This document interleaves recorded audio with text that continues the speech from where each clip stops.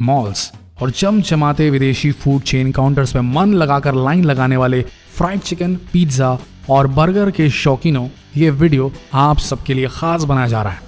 तो ये वीडियो अगर स्किप करने का सोच रहे हैं तो यही सही समय होगा, क्योंकि इस वीडियो में वो सारी गंदगी दिखाई जाने वाली है जो इन फास्ट फूड रेसिपीज में अगर ना यूज की जाए तो यार फ्लेवर नहीं आने वाला। और वैसे भी आप सभी कहते हैं ना कि घर पे रेस्टोरेंट का फ्लेवर कहाँ से आएगा, तो देख लो भैया, जिस फ्लेवर के शौकीन हैं आप, वो आता कैसे है। आपका दिल तोड़ने से पहले ही सॉरी बोल दे रहे हैं। तो चलिए जानते हैं तेजी से सर्व होने वाले इन लज्जतदार फास्ट फूड रेसिपीज का काला, डार्क काला सच, वो डिस्टर्बिंग फैक्ट्स जो ज्यादातर लोगों को नहीं पता। देखिए, ये बड़ी बड़ी कंपनियां आम लोगों को नेचुरल इंग्रेडिएंट्स के नाम पर जबरदस्त बेवकूफ बना रही हैं। अगर आप नेचुरल का मतलब ये समझते हैं कि पेड़ और पौधे, तो दोबारा सोचिए। फ्रेंच फ्राइज से लेकर आइसक्रीम, चिकन से लेकर चॉकलेट तक, इन सभी में डाली जाती हैं अजीबोगरीब, चलो अजीबोगरीब तो ठीक है, पर अजीबोगरीब घिनौनी चीजें। जी हाँ, ये सच है। तो आइए देखते हैं कहां से आता है इनका ये 100% नेचुरल फ्लेवर। शुरुआत करते हैं मीठे से। वैसे मीठा तो अपने आप में जहर होता है, लेकिन चलो माना कि कभी कभार तो मीठे का भी लुत्फ ले ही लेना चाहिए। ऐसे में आइसक्रीम से बेहतर और कौन सा ऑप्शन होगा, है नहीं। खैर, अक्सर जब आइसक्रीम पार्लर पे हम सब पहुंचते हैं तो ढेर सारे फ्लेवर देखकर थोड़े कंफ्यूज से हो जाते हैं। ऐसे में दुकानदार बड़े मजे से, अरे भैया समझ नहीं आ रहा है तो सबसे बेस्ट और एवरग्रीन ऑप्शन है वेनिला। बस मस्त डबल स्कूप वेनिला के डाले और चटखारे लेने शुरू।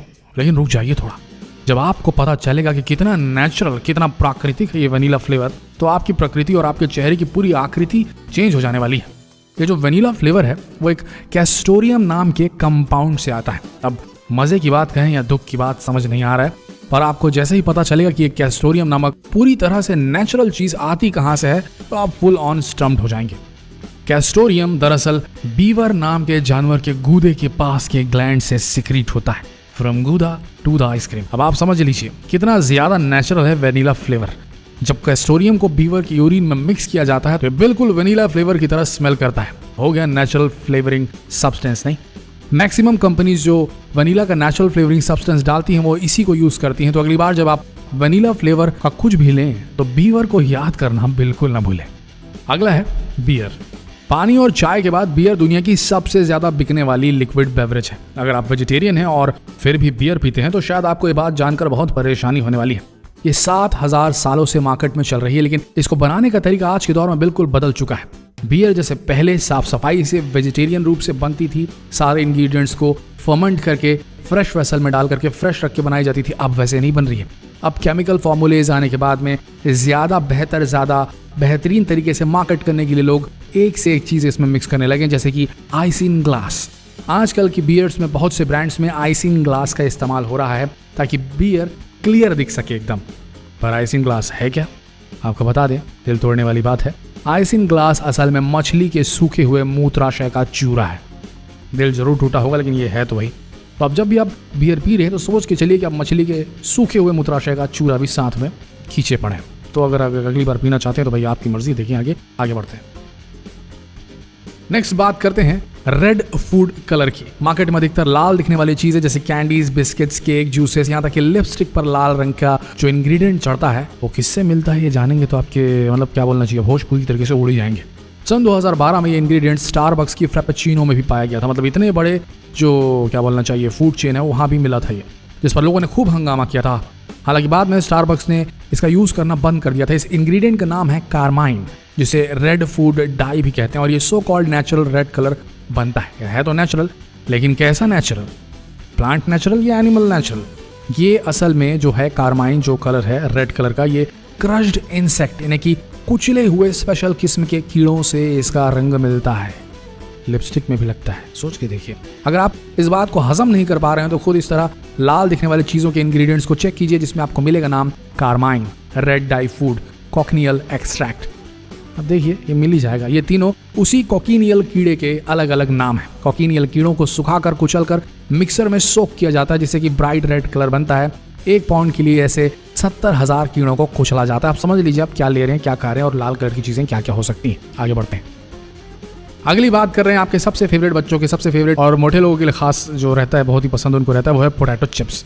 इतना तो खैर आप समझते हैं, पोटैटो चिप्स हेल्दी नहीं होते, लेकिन हाई सोडियम सैचुरेटेड फैट और सिंपल कार्बोहाइड्रेट के अलावा भी इनमें कुछ ऐसा पाया गया है जिसे जानकर शायद आपका पोटैटो चिप्स खाने का मन हमेशा हमेशा के लिए ना करे।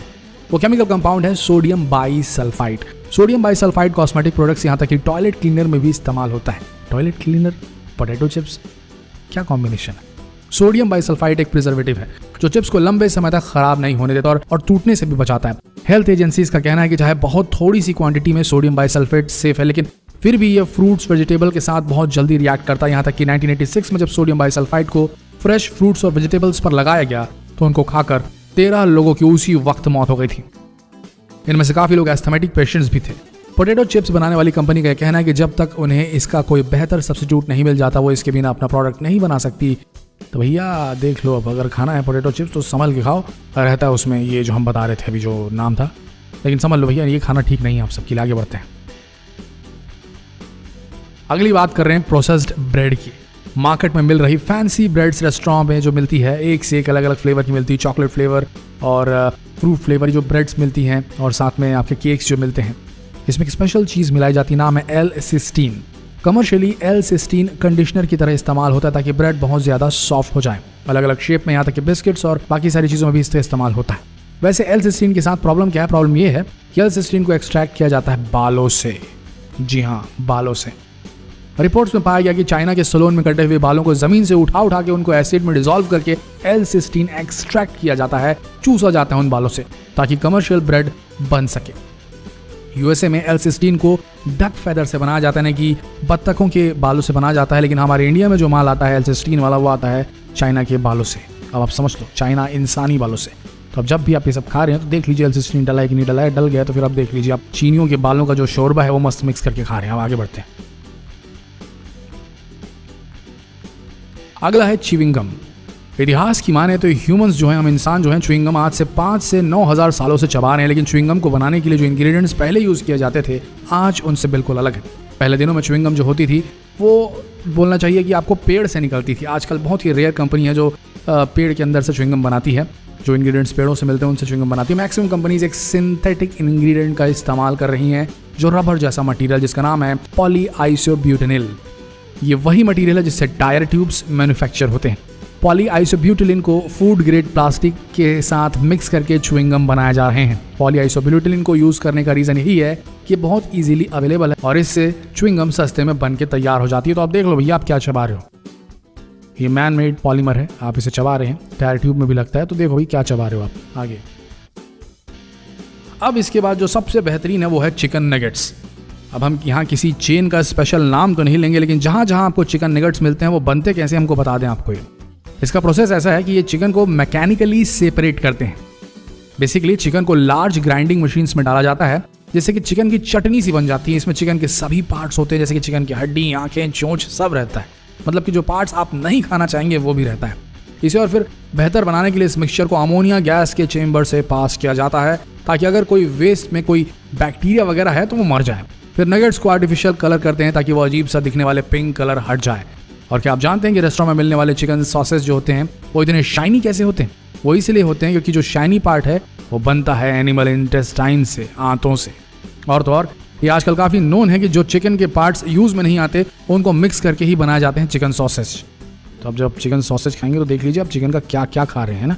अगली बार जब आप चिकन नगेट्स खा रहे हैं तो आप श्योर नहीं हो सकते कि आप चिकन का कौन सा पार्ट चबा रहे हैं। तो दोस्तों, आपने देखा कि किस तरह से बाहर की बड़ी बड़ी फूड कंपनियां क्या मस्त चूना लगा रही हैं इंडियंस को। हम लोग मस्त चूना लगवा रहे हैं और जो ये पाश्चात्य कल्चर है, वहाँ का जो फूड है, वहाँ का जो फूड ईटिंग हैबिट्स है, उसको हम लोग पूरी तरीके से अपना रहे हैं। अपना सब कुछ खोते जा रहे हैं, एक्स्ट्रा पैसे देते हैं चकाचौंध भरी दुकानों और इन फूड चेन्स को, लेकिन हम कहीं अपने खुद की रेसिपीज को भूलते चले जा रहे हैं। अभी समय है कि हम अपने बच्चों को, अपनी नई जनरेशन को वो फ्लेवर टेस्ट कराएं जो वाकई में नेचुरल हो। कैस्टोरियम जैसा नेचुरल नहीं जो कहाँ से आता है तो पता है ना आपको, पॉइंट नंबर 1 में बताया था। तो देख लीजिए ये सब चीज़ें हैं, हो रही हैं आपके आसपास। तो अगली बार जब इन फूड्स को आप ट्राई करना चाहें तो इस वीडियो को याद करना बिल्कुल ना भूलें और इस वीडियो को जितना हो सके शेयर करें, ताकि ये जितने हैं जो ये चटोरे लोग हैं जो जा के जितने भी बड़े बड़े मॉल्स होते हैं, बड़े बड़े फूड चेन्स होते हैं, वहाँ लाइनें लगाते हैं, उनकी थोड़े दिमाग में बात घुस जाए किसी तरीके से। तो मिलते हैं अगले दिलचस्प वीडियो में, तब तक के लिए हमारे साथ बने रहने के लिए आप सबका शुक्रिया, धन्यवाद।